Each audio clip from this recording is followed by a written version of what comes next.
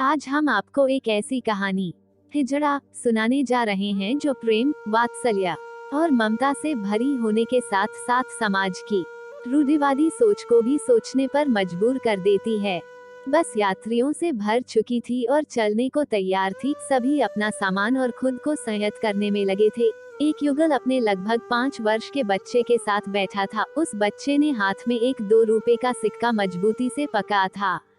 बच्चे की माँ ने उस बच्चे से वो सिक्का मांगा तो बच्चे ने देने से इनकार कर दिया। बच्चे की माँ ने झल्लाकर कहा, गिरा देगा तू इसे कहीं।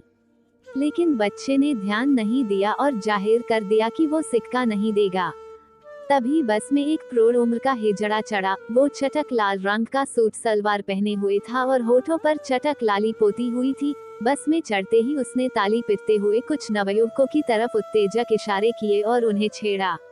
उन युवकों ने भी एक मादक मुस्कान के साथ उसको 10 का नोट थमा दिया। हिजड़ा अपनी इन उत्तेजक भाव भंगिमाओं के साथ बस में आगे बढ़ते हुए मांगने लगा। उस युगल का 4 वर्षीय बच्चा उस हिजड़े को उत्सुकता से देख रहा था। बच्चे के माता पिता के साथ कई अन्य यात्रियों को भी उस हिजड़े की हरकतों से घृणा हो रही थी।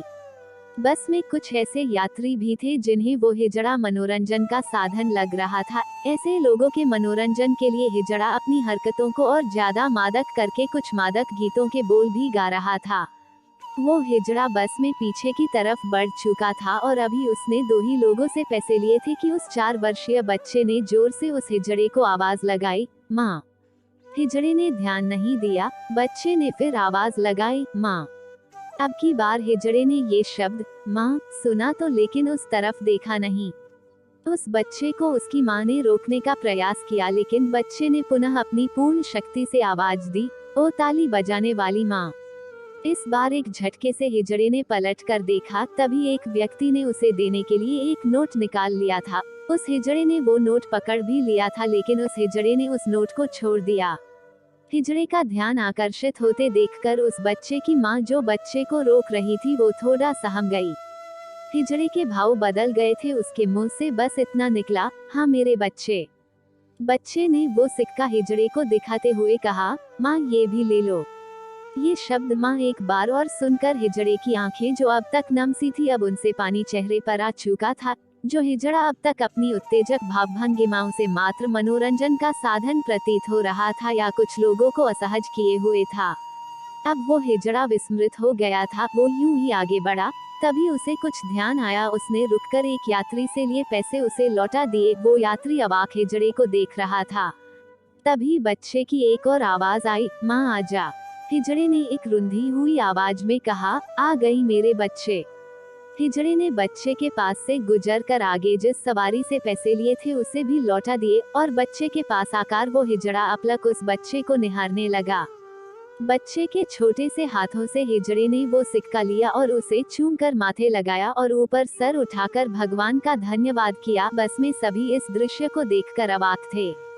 क्या था आखिर उस 2 रुपए के सिक्के में ऐसा जिसके लिए हिजड़े ने बस से इकट्ठे किए हुए सारे पैसे वापस लौटा दिए। हिजड़े की आंखों से अब अविरल अश्रु धारा बह रही थी। हिजड़े की जिन आंखों थोड़ी देर पहले मादकता थी अब वो वात्सल्य से भर चुकी थी। हिजड़े ने बच्चे के सर को चूमा। हिजड़ा बुदा बुदा कर बच्चे को दुआएं दे रहा था। हिजड़े ने अपनी एक थैली में से 100 रुपए निकालकर बच्चे के हाथ पर रख दिए। बच्चे की माँ ने उसे रोकते हुए कहा, ये क्या कर रही हैं आप?